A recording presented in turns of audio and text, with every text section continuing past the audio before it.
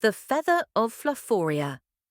In a faraway sky beyond the last pink cloud and past the giggling stars, there floated a land called Flufforia. It was not on any map, for Flufforia wasn't a place you could walk to. You had to dream it, really dream it, with your whole heart wide open. And that's how little Luna found it.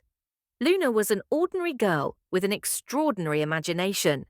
Every night before bed, she would sit by her window and whisper to the stars, hoping they would whisper back. One such night, just as she finished a poem about cloud-jumping kittens and lemonade rivers, a soft breeze tickled her nose. Floating in the moonlight was a giant feather, golden, glittering, and nearly as tall as Luna herself. As it touched her hand, it shimmered and tugged gently upward. Without hesitation, Luna climbed onto it. The feather lifted into the sky, past rooftops and weather balloons, past the owl who read bedtime stories to the wind, and into the glowing skies of Flufforia. Flufforia was made entirely of clouds, but not the cold, wet kind. These clouds were warm, bouncy, and smelled like marshmallows dipped in honey. There were candy-coloured trees that grew jellybeans and puddles that giggled when you stepped in them. Birds wore bow ties and spoke in rhymes, and the sun blinked like a friendly flashlight. Waiting to greet her was a creature unlike any other, a talking squirrel with a crown made of dandelions. "I am Sir Nibbleton, keeper of the feather," he announced proudly. "Only children with true hearts and wild dreams can ride the golden feather." Luna curtsied, unsure what to say. "Is this all real?" Sir Nibbleton twirled his tail. "As real as the dream in your heart, dear Luna." He introduced her to the Council of Whimsy, a group of magical beings who kept Flufforia bright and balanced. Lady Sprinkle, the cloud painter, Professor Puddle, the jelly puddle scientist, and Queen Lulala, a gentle giantess who could hum lullabies that made the stars fall asleep. But all was not well in Flufforia. Sir Nibbleton's whiskers drooped as he explained. The colour comet, which passes every 100 years to recharge Flufforia's magic, is due tonight, but it won't land unless someone finds the Prism Petal hidden in the deepest part of the Whifflewood forest, and none of us can enter, for it only opens to someone new. "Someone like me?" Luna asked. "Exactly," Queen Lulala sang, her voice echoing like warm wind chimes. Luna, always eager for adventure, accepted.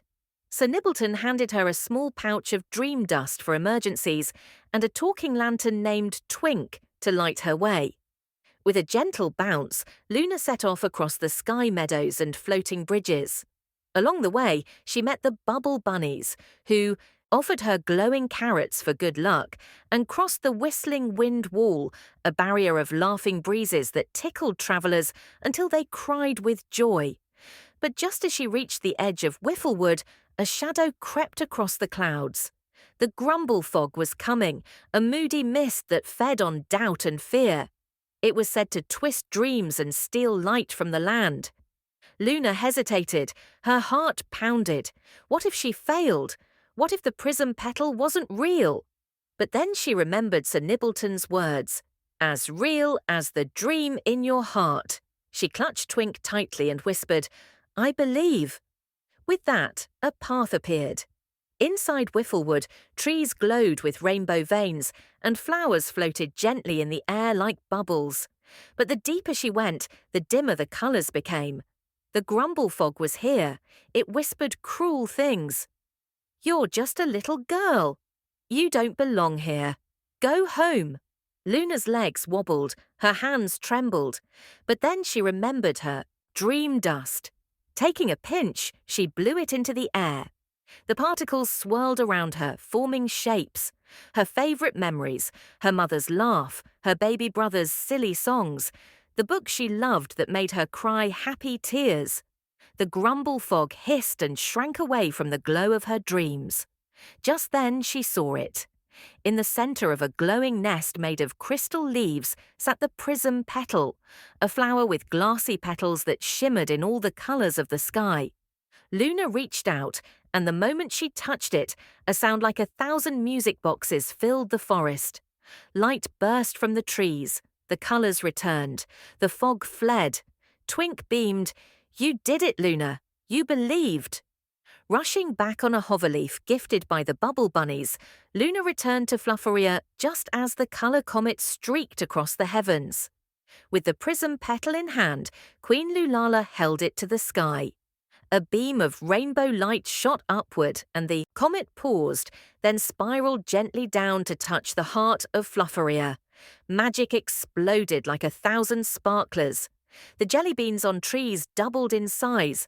The stars danced waltzes. The river sang. Flufforia was reborn. "You saved our world," said Sir Nibbleton, his eyes misty.